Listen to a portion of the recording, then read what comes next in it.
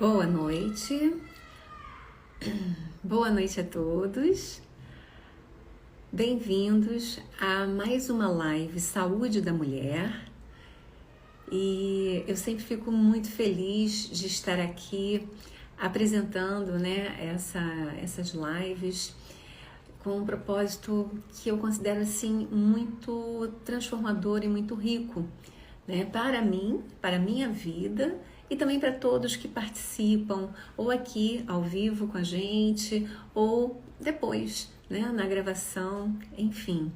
Porque são vários profissionais que estão engajados nesse projeto e cada convite é uma alegria, né, de ter as pessoas chegando e partilhando seus saberes, seus sabores, enfim, sempre uma boa nova, né, entrando em ação quando a gente está aqui fazendo essa apresentação. Então, sou muito grata a todos e realmente fico muito feliz por esse projeto estar ao ar assim desde 2021.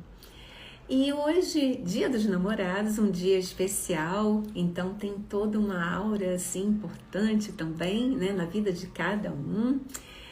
E eu terei o prazer de receber a querida Luciana Pinheiro. Luciana é aconselhadora biográfica, é arte educadora, desenvolve um trabalho belíssimo em vários âmbitos, né, em termos da arte, do potencial humano e da própria biografia humana.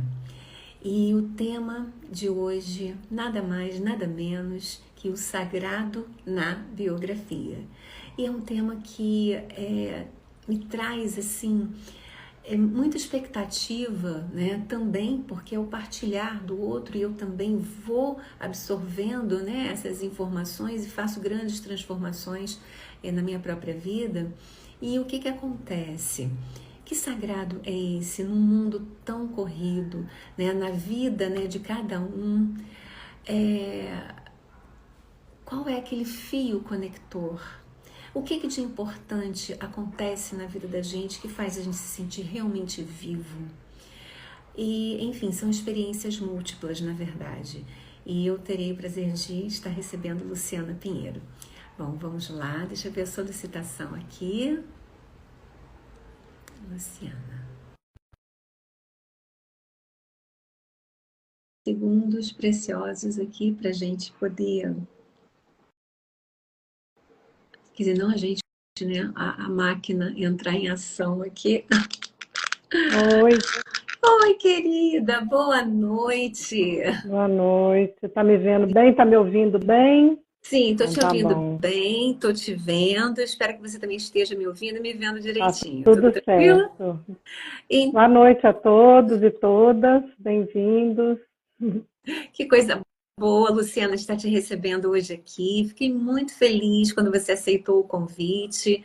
É um projeto que eu carrego assim no coração mesmo, desde 2021, como eu estava falando aqui antes de, né, iniciar com você.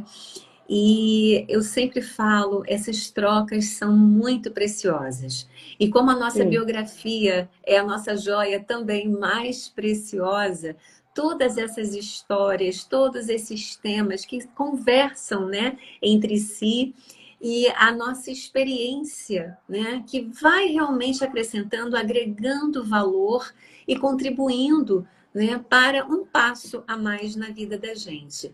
Então, eu fiz uma brevíssima apresentação tua. Eu gostaria que você falasse um pouquinho de você, do trabalho que você desenvolve, e aí a gente já, daqui a pouco, a gente já entra no tema mesmo do sagrado na biografia. Muito obrigada. Obrigada a você pelo convite, né? A gente já está prometida a fazer isso há muito tempo.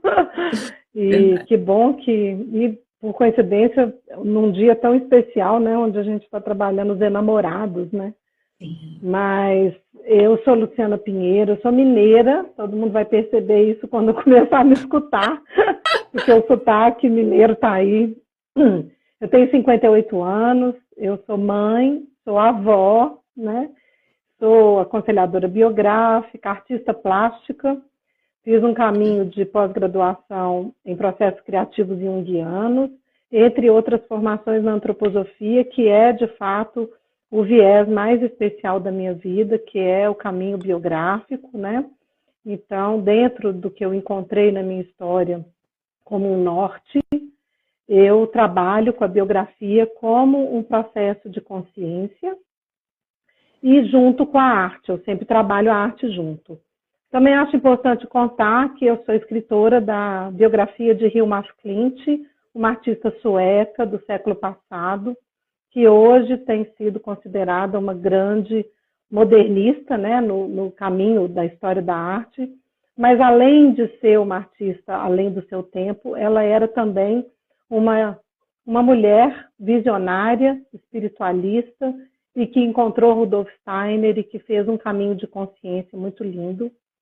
Então, eu trabalho com os meus pilares, né, nesse processo como pessoa, como mulher, como profissional, é a arte, a espiritualidade, né, e esse caminho da cristologia, do sagrado, né, e dentro disso entra a antroposofia com as suas leis biográficas também, né? Maravilhoso, né, Luciana? É um trabalho realmente muito delicado e cuidadoso. Eu sempre falo que quando a gente une esses saberes, o cuidado é a nossa primeira seta, né? Porque tudo tem uma delicadeza, tudo realmente envolve uma gama de possibilidades e é tudo muito transformador. Eu fico muito feliz com o seu trabalho, né, com a Ilma. Eu acompanhei a história também, né? Desde que você conta e fala como foi, que era a viagem, aquela coisa toda que, né? E isso é que eu falo que é encantador na vida de todo mundo. Sendo que eu falo que esses milagres acontecem todos os dias. Mas muitas vezes a gente está tão atolado com tantas coisas que às vezes a gente não presta atenção nessa graciosidade, nessa beleza e nesses presentes que a vida realmente chega e apresenta para a gente, né? E que bom que você estava tão presente que ouviu esse chamado e desenvolveu esse belíssimo trabalho. Então, muito contente.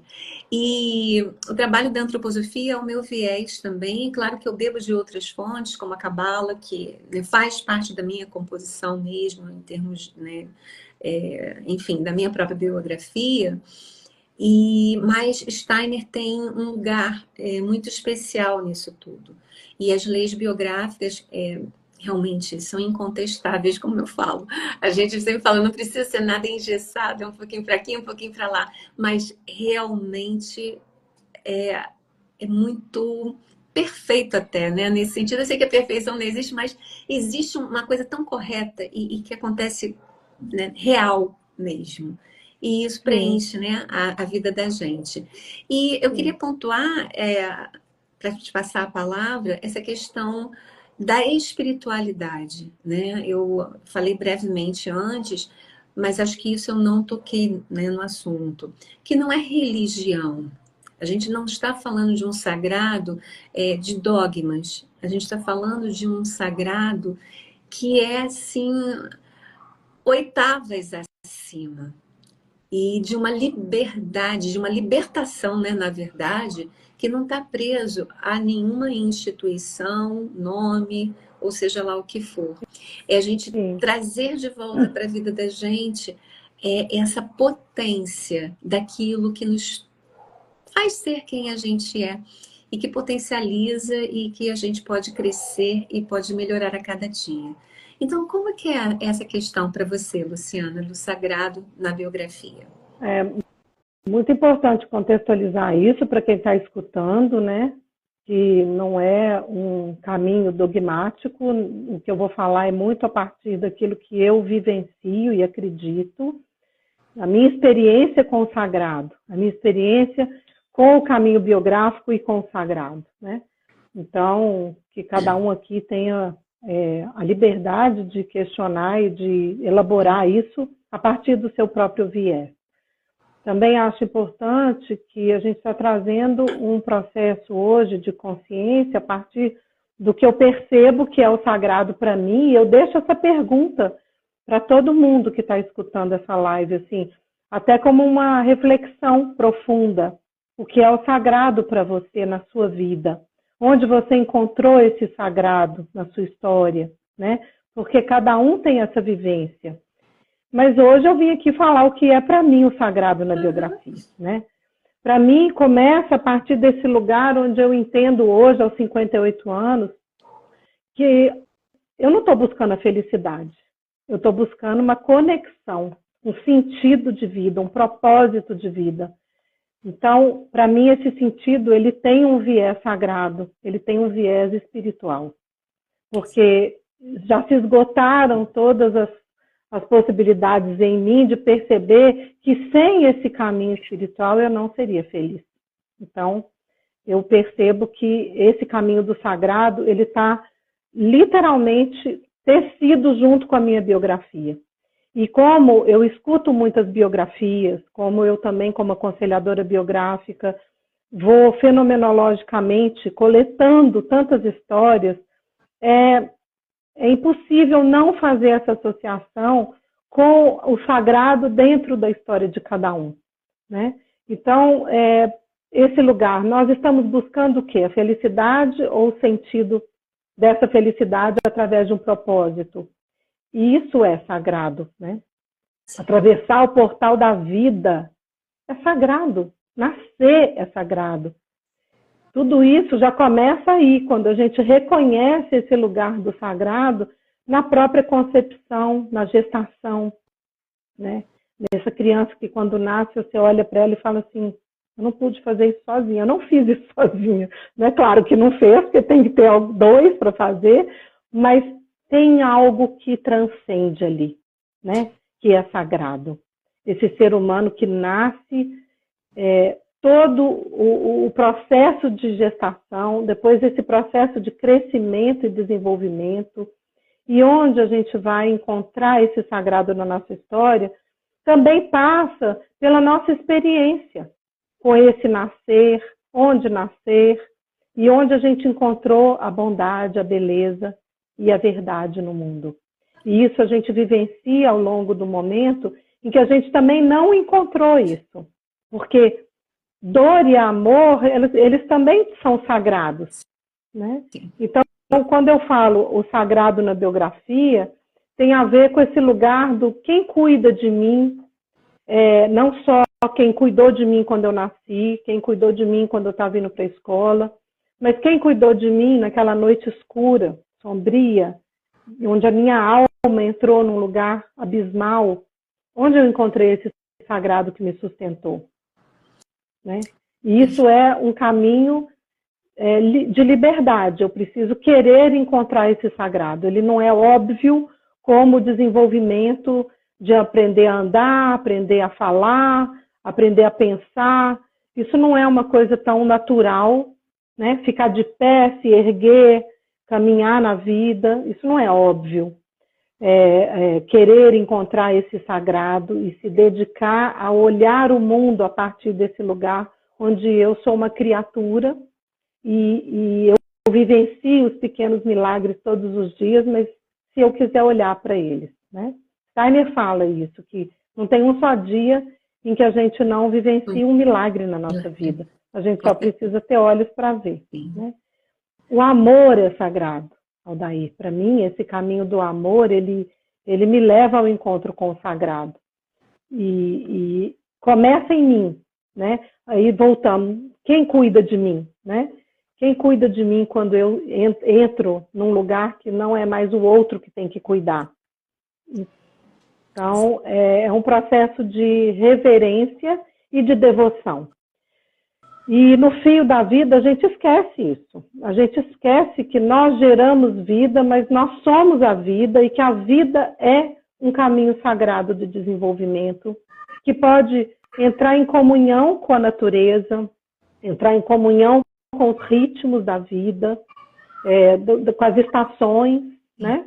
Tudo isso são possibilidades de reconhecer um sagrado, porque senão, na minha visão, a vida fica muito oca de sentido, né? E sem cor, né, Luciana? Faltando aquela cor especial, aquilo que vivifica, Você falou palavras aí que me tocam muito, que é assim, essa questão dessa consagração de você fazer escolhas, de você estar aberto a isso, de você se permitir esse cuidado outro, né? Enfim, e quando você consegue enxergar toda essa beleza, porque essa beleza ainda existe, por mais que o mundo esteja às vezes um pouquinho mais cinzento, essa cor está na mão da gente também, né? De pegar a paleta e trabalhar a vida, né? Trabalhar a sua história de vida, né? Que o Enfim.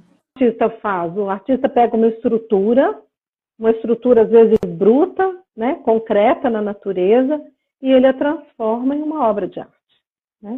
E isso é sagrado, isso é honrar aquilo que a gente recebe da natureza, porque tudo que a gente vive hoje, tudo vem da natureza. Esse celular que está aqui na minha frente agora, ele vem de origens que vêm da natureza.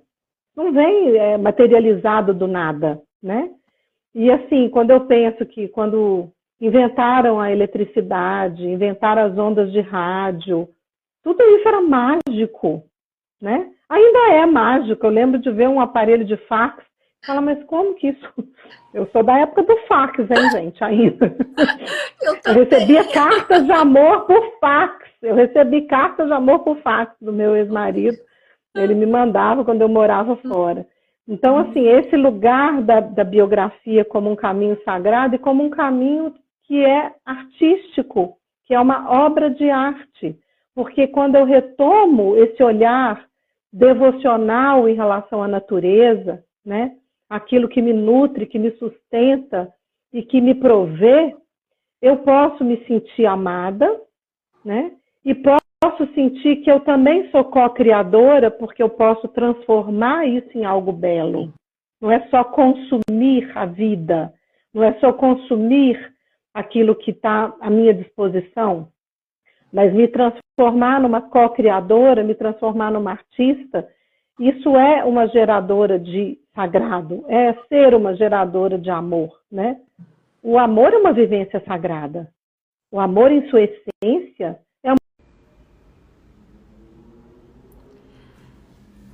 Gente, eu não entendi o que aconteceu aqui, mas o vídeo foi interrompido por conta própria e agora eu tô retornando. Então, por favor, quem está aí, volte. Quem estava, volte. Internet aqui comigo.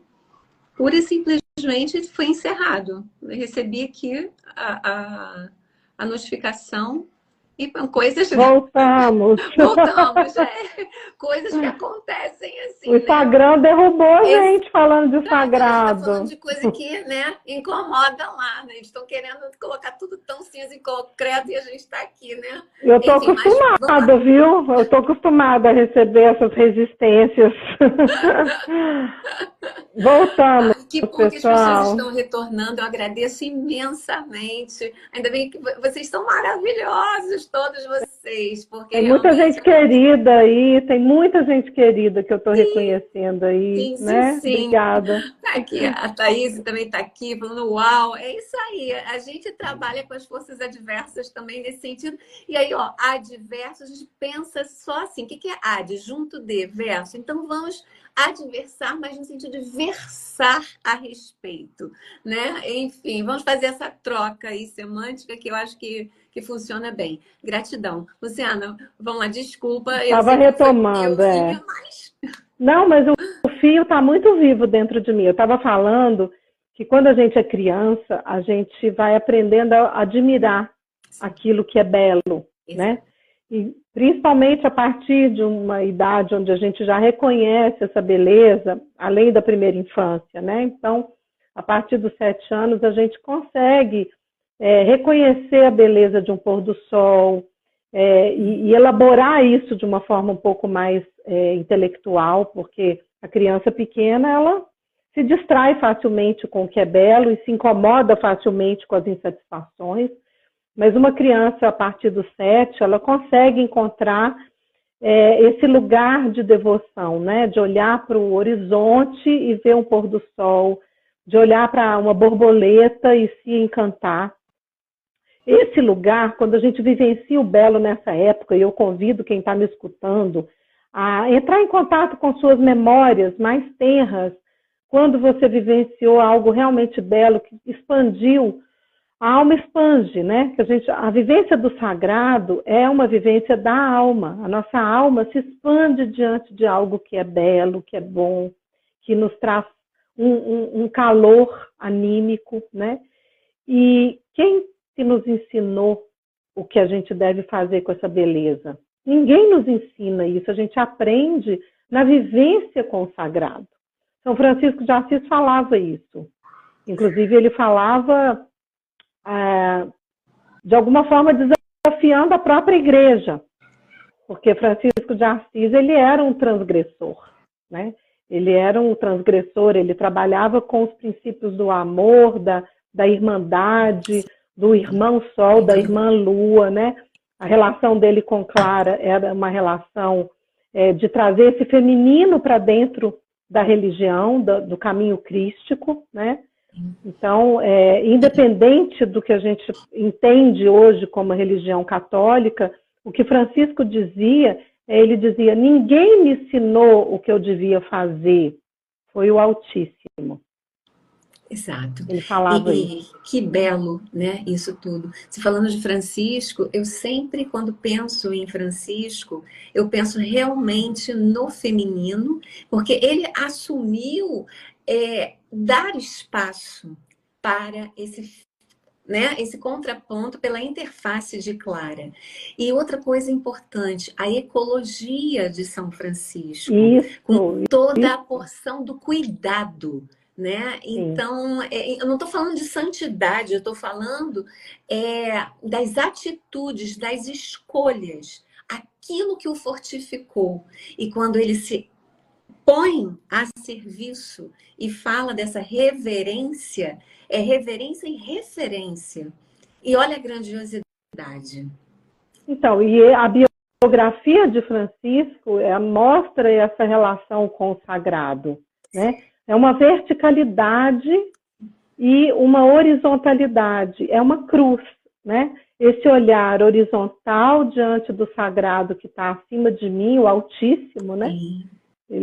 E essa humildade de viver nesse mundo terreno físico e observar o que era de fato essencial, né? E olhar radialmente, horizontalmente e reconhecer, né? A irmã natureza, né? A irmã água, né? A irmã pedra, ser respeitoso, o irmão sol. Né, Luciana? Isso é sagrado, né?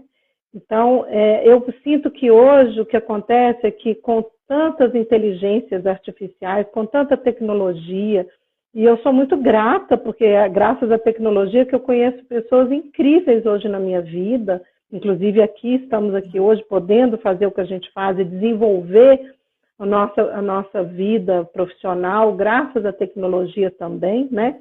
Então, quem sou eu para criticar isso? Mas eu acho que a gente tem que ter uma autocrítica diante disso, porque não é a mesma relação que a gente teria, por exemplo, com o dinheiro. O dinheiro não é bom nem ruim. É uma autocrítica nossa de perceber que valores a gente dá a esse dinheiro, essa coisa que a gente usa como escambo, né? Para viver, né? Então, a mesma coisa para esse lugar da tecnologia, quando a gente pensa que existem muitas regras hoje do que é o sagrado, do que é o belo, do que nos mostra o que devemos ou não reverenciar e nessa energia, né? Mas o sagrado, ele precisa ser vivenciado por cada um de nós. É uma vivência da nossa biografia. Por isso que eu quis falar da biografia como algo sagrado e onde a gente encontra esse sagrado, porque o que eu percebo é que estamos ficando vazios, na medida em que a gente encontra referências que não são da nossa vivência pessoal, da nossa experiência. E tem fases da vida que é assim mesmo, a gente precisa imitar para descobrir experimentar o que isso faz sentido ou não. Então está tudo bem em determinados momentos da adolescência, da juventude, a gente precisa experimentar o que não é, né? O negativo e o positivo, né? Então a contra-imagem do que a gente vive. Porque luz e sombra fazem parte da nossa vida. A gente não vai poder viver só na luz. Se ficar olhando só para a luz, a gente perde a nossa capacidade de focar o objeto, porque nos cega. E se a gente ficar só na sombra, a gente não distingue os objetos. Então, é uma graduação, que você falou da cor, né? Talvez o que a gente tenha se esquecido na vida, ou no fio da vida, é que nós somos geradores desse sagrado. Ele não existe por si só, né? Existe um pensador coreano, sul-coreano, que ele fala sobre o desaparecimento dos rituais.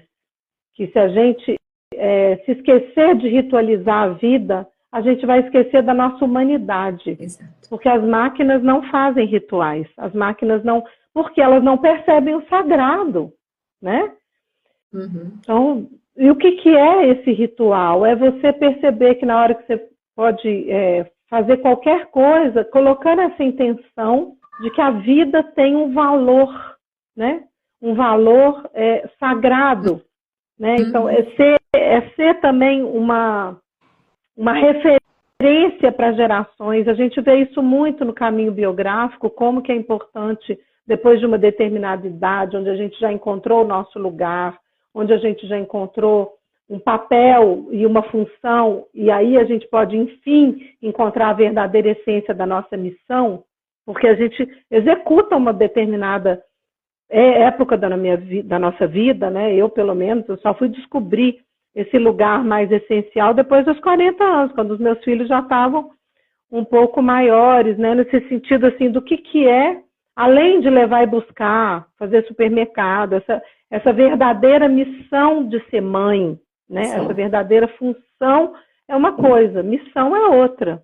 Isso é o sagrado, né?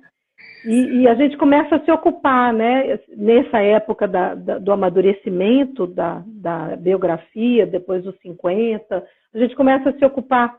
O que de fato eu quero deixar como legado? Como eu quero ser lembrada? Porque levar e buscar, motorista faz isso, né? Mas qual é o sentido de eu estar diante daquele ser e poder olhar nos olhos dele, além de estar cada um sentado num lugar olhando para a sua própria tela, né? Então, nós somos geradores de vida, e essa geração que ainda não reconhece esse sagrado é uma geração que vai se esvaziando de sentido, na minha visão. Exato.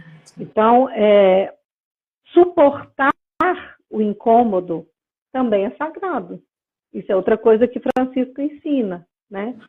Porque ele viveu uma série de restrições na vida dele, algumas por escolha, outras por questões da própria doença.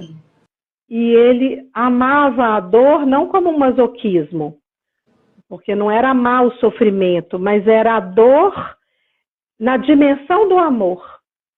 Isso é sagrado também. E hoje em dia, e aí eu falo de mim também, eu percebo o quanto que às vezes é difícil a gente se sentar com a nossa dor e suportá-la, né? Suportar essa dor. E conviver com isso. E isso é sagrado.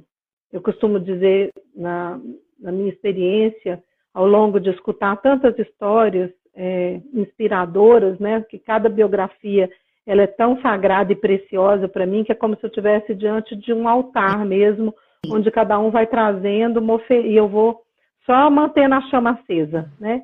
E a oferenda está ali, diante de nós, como uma transubstancialização. É a própria comunhão mesmo, né? Crística.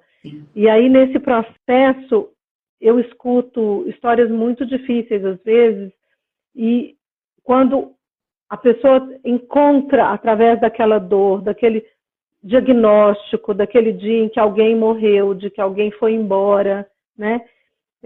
De que ela não foi amada como ela precisava ser amada, naquele momento existe algo que abre um vazio para que o sagrado possa entrar.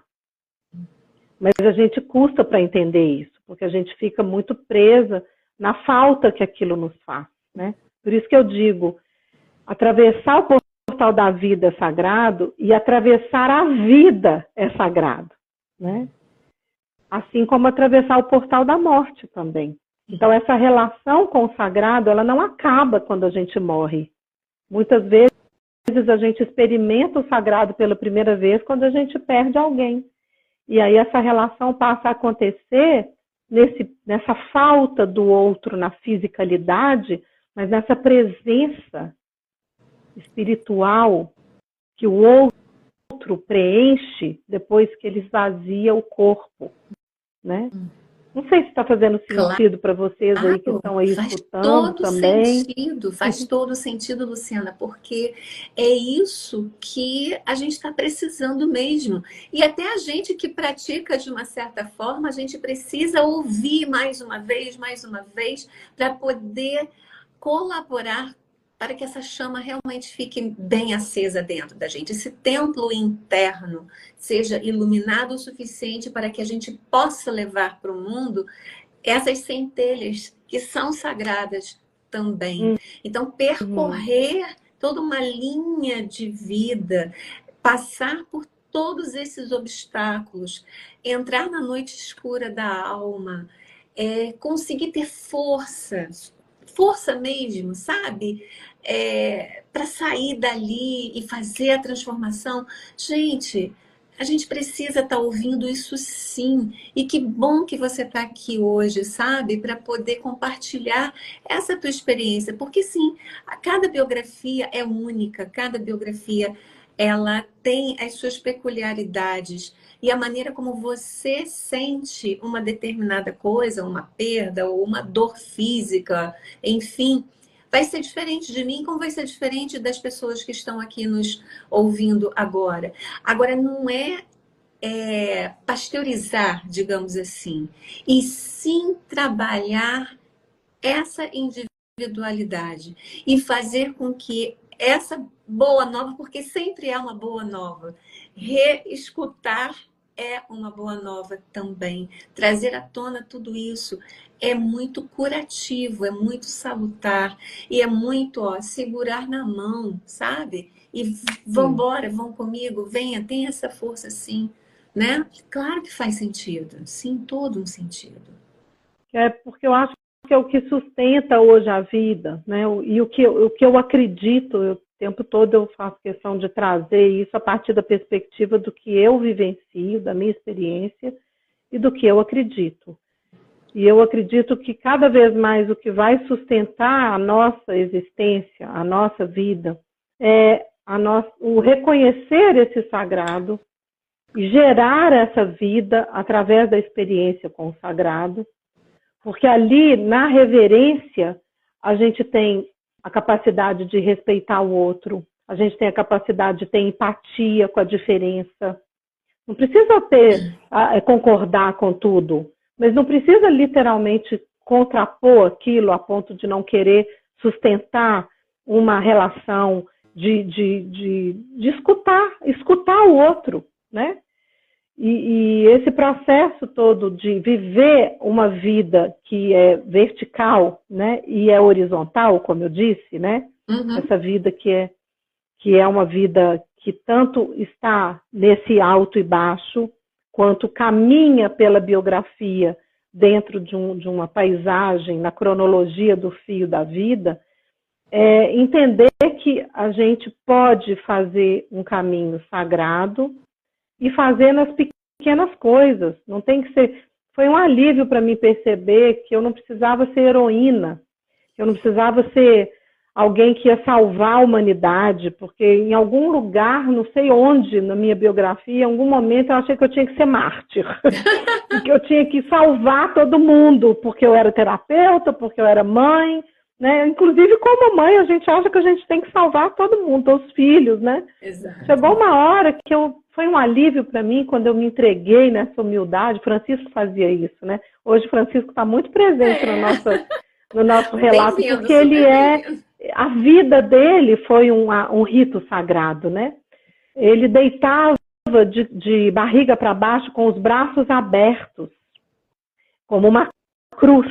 Ele punha a testa no chão, a barriga no chão, o ventre no chão, né? E ele entregava para a terra e ele dizia, faça-se, né? Eu estou aqui entregue, porque eu sou filho também da terra, assim como eu sou filho do Altíssimo, né? Assim como o irmão Sol, a irmã Lua e o irmão Passarinho e tudo que ele honrava no Cântico dos Cânticos, né? Mas chegava uma hora em que ele precisava ir lá embaixo mesmo, se deitar e sentir essa dimensão da gravidade, do pó da terra. E nesse lugar onde eu me encontrei, em alguns momentos em que eu falei, é isso, eu preciso me dobrar diante de coisas que são maiores do que eu, e isso é uma vivência sagrada. Né? Encontrar algo que me mostra que eu não sou poderosa o suficiente para fazer tudo que eu gostaria de fazer e para transformar tudo que eu gostaria de transformar na vida, mas que eu posso fazer dentro do que me cabe o melhor que eu posso, né? E gerando amor, gerando vida, suportando aquilo que é difícil, porque eu acho que isso é o amadurecimento espiritual, na minha visão. Vivenciar esse sagrado, assim, de deitar todo dia e falar, eu tenho uma cama, eu tenho uma manta quente, eu tenho uma água quente do meu banho. Por isso tudo. Então, a gratidão, ela vem... Por isso que o sagrado, ele envolve a empatia, a compaixão, a gratidão, né? Ele envolve todo esse gerador de amor. Porque o amor, ele encontra...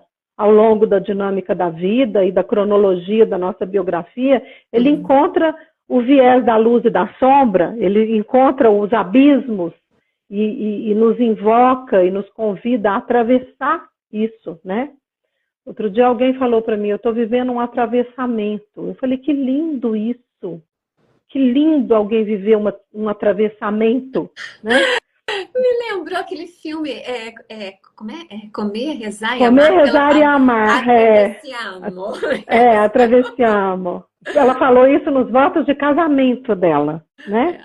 Ela falou, não sei o que acontece entre nós, o que vai acontecer, mas estamos atravessando juntos, né? Não é? É isso. Eu acho que isso é um ato de coragem. Sim. Também, né? A coragem também envolve o sagrado, né? Sim. E é isso, é se aventurar dentro desse caminho espiritual com os pés bem firmes no chão.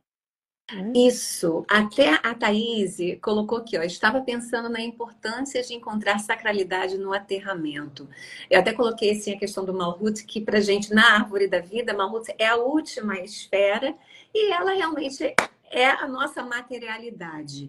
Então, o que está para cima, a gente já vai aprendendo, vai trazendo essas qualidades, né, que são as nossas potências. E sim, esse tema, eu acho que ele é muito pertinente e muito importante, Luciana, porque muitas pessoas pensam no sagrado, no amor, no cuidado, como coisas muito abstratas e distantes. Mas não, é no dia a dia, é no bom dia que você fala com o teu porteiro, é no bom dia que você fala com você mesmo quando você abre os olhos, é essa gratidão de estar viva, estar presente, é levar para o trabalho, é levar para a nossa atuação, é sim trazer para essa vida material, porque a vida material ela só realmente existe porque todo um componente muito maior está ali trazendo essa possibilidade, trazendo essa forma, né, para a gente. Então, sim, essa matéria, ela precisa receber essa potência, né, de sacralidade, para que ela também possa gerar coisas boas e melhores em nós mesmos, né? E não é um afastamento, né, da matéria ou daquilo que é material. Inclusive, alguém falou aqui de dinheiro, né, aqui nos comentários. Sim, é necessário, já que foi institucionalizado que é isso, mas como que eu vou chegar a isso? Como que eu vou me trabalhar com isso no meu melhor, na minha humildade, no meu serviço? O serviço desse de servir mesmo, não só aquilo de missão de vida, né? Então, acredito sim que a gente tem que trazer para a vida, para o dia a dia, na atitude, né? Foi a Thaís que colocou, Isso, a tudo é Thaís. sacro se nosso olhar encontrar o sagrado em tudo. O Isso. dinheiro sendo fruto da vitalidade empregada no servir é sacro. Isso, porque o mesmo valor que você coloca no dinheiro para coisas que você valoriza, né? Sim. Você pode colocar e empreender essa energia do dinheiro, por exemplo, a situação do Rio Grande do Sul agora, né?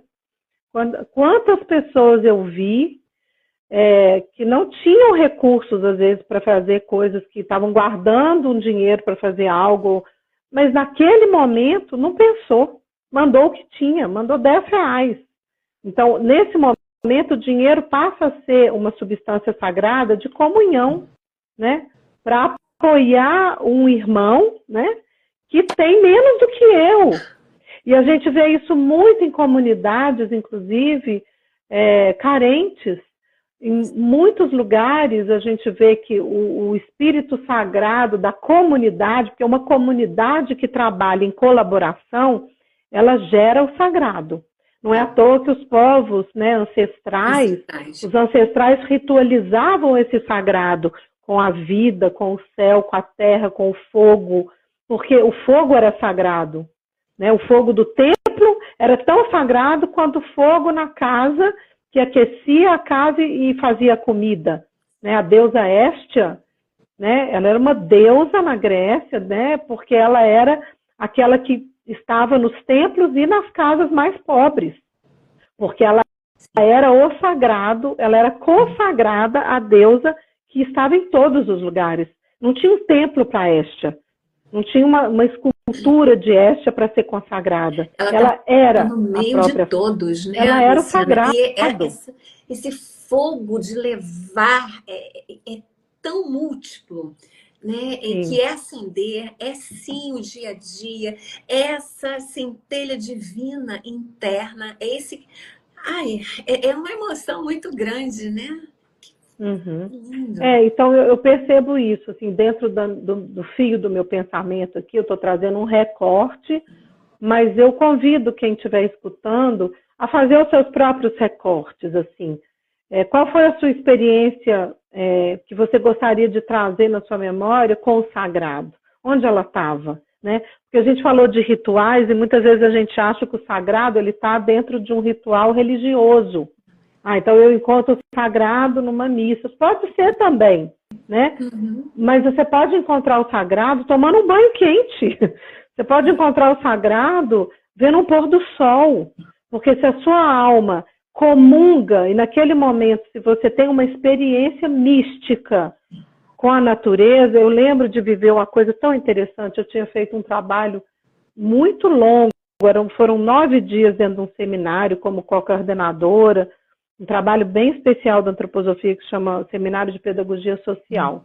São 9 dias em que a gente fica lá dentro, assim, passando por uma série de processos, é bem bonito, encontrando a pergunta. Eu estava lá como monitora, eu já tinha feito esse processo e estava monitorando.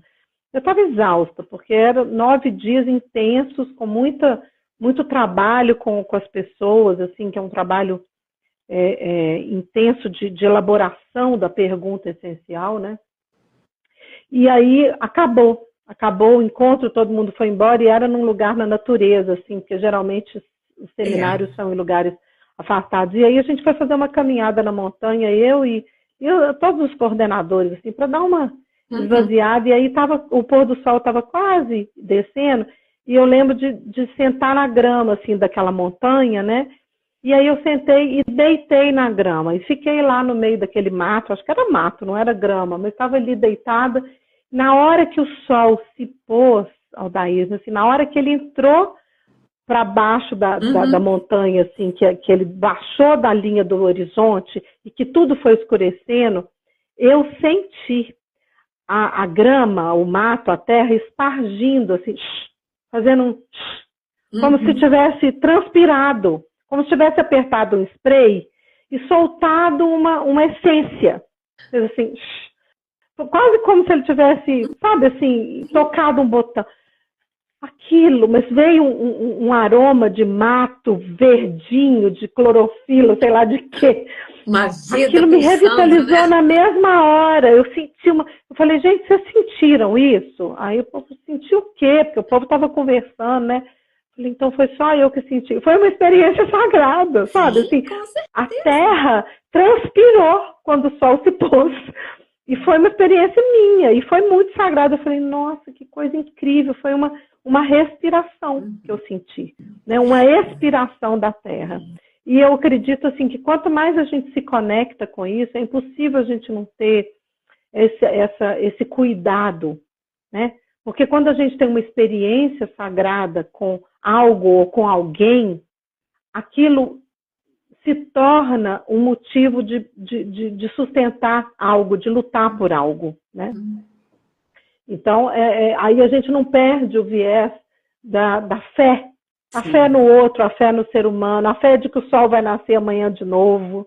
E eu acho que é isso que a nossa biografia está pedindo no momento em que a gente vive situações tão instáveis. Amanhã pode vir um temporal e encher o rio de novo. Amanhã pode vir uma outra pandemia. A gente não pode controlar isso. A gente não controla o que está chegando do destino. Isso a gente aprende no caminho biográfico também, né? A gente não controla o que a gente...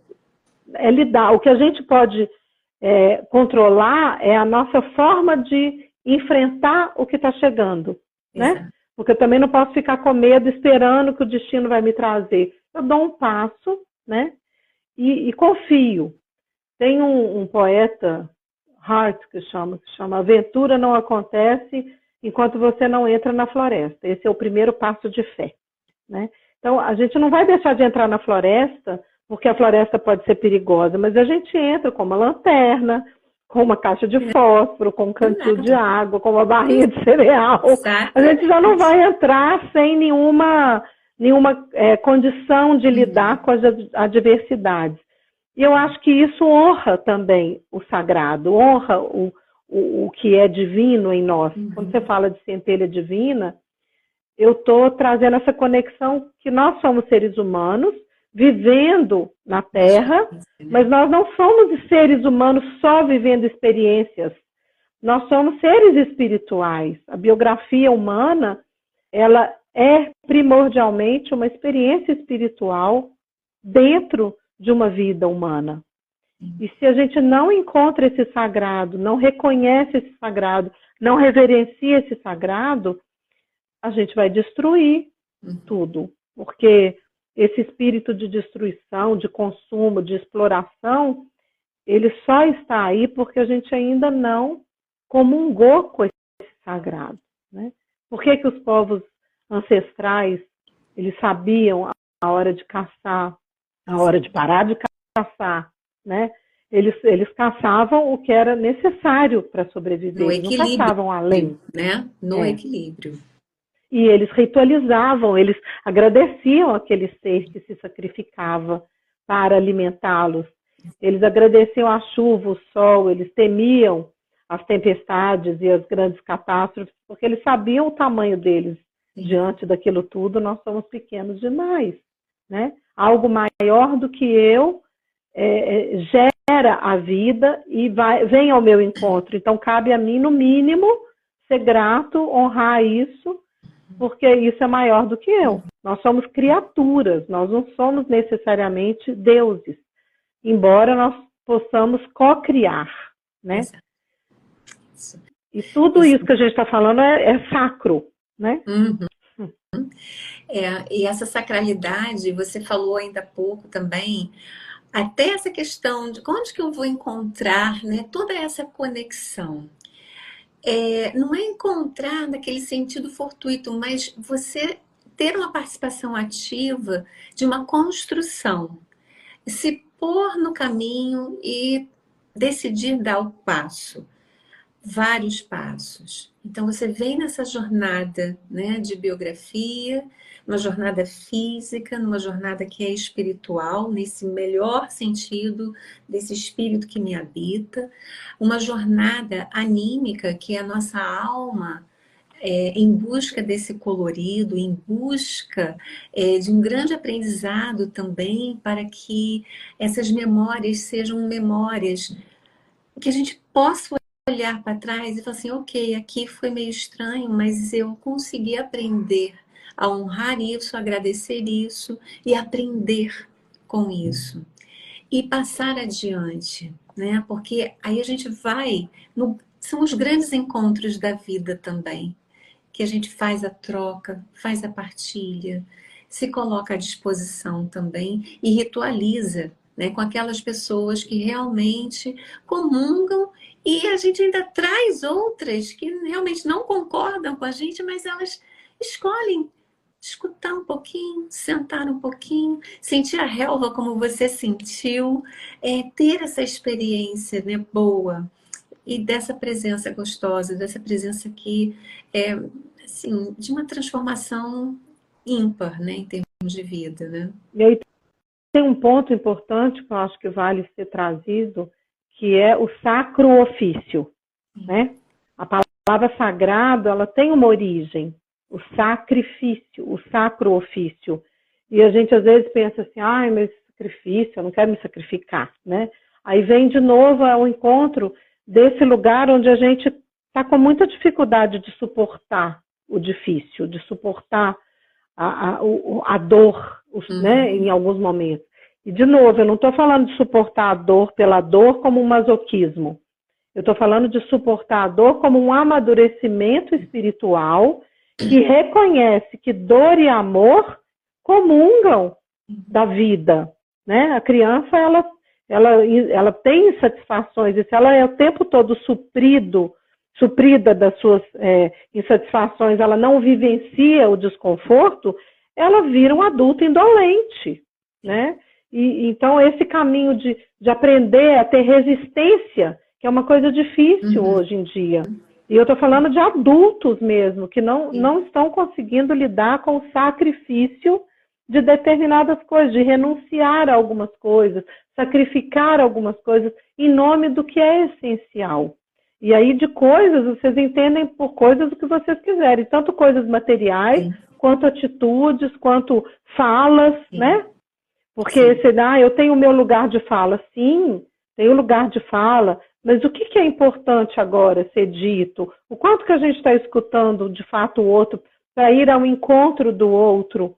Ou o quanto que eu estou no meu lugar de fala e não sacrifico nada de mim e não encontro o outro, né? Então, eu entendo que nós estamos num momento de aprender a colaborar, não mais a competir, né? É e essa colaboração apoio, é com, né? Tudo. É vertical e horizontal. Colaborar com as hierarquias espirituais. Elas estão esperando que a gente evolua também, né? O Deus que eu acredito, o Criador, né? O Deus e a deusa, porque para mim Deus e deusa Deus é feminino e masculino, eles não são oniscientes e onipotentes, eles são onipresentes. Eles estão o tempo todo comigo. Eu vivencio esse sagrado nos piores e melhores momentos da minha existência. Mas eles não sabem tudo, porque se eles soubessem tudo, eu não teria livre-arbítrio para agir.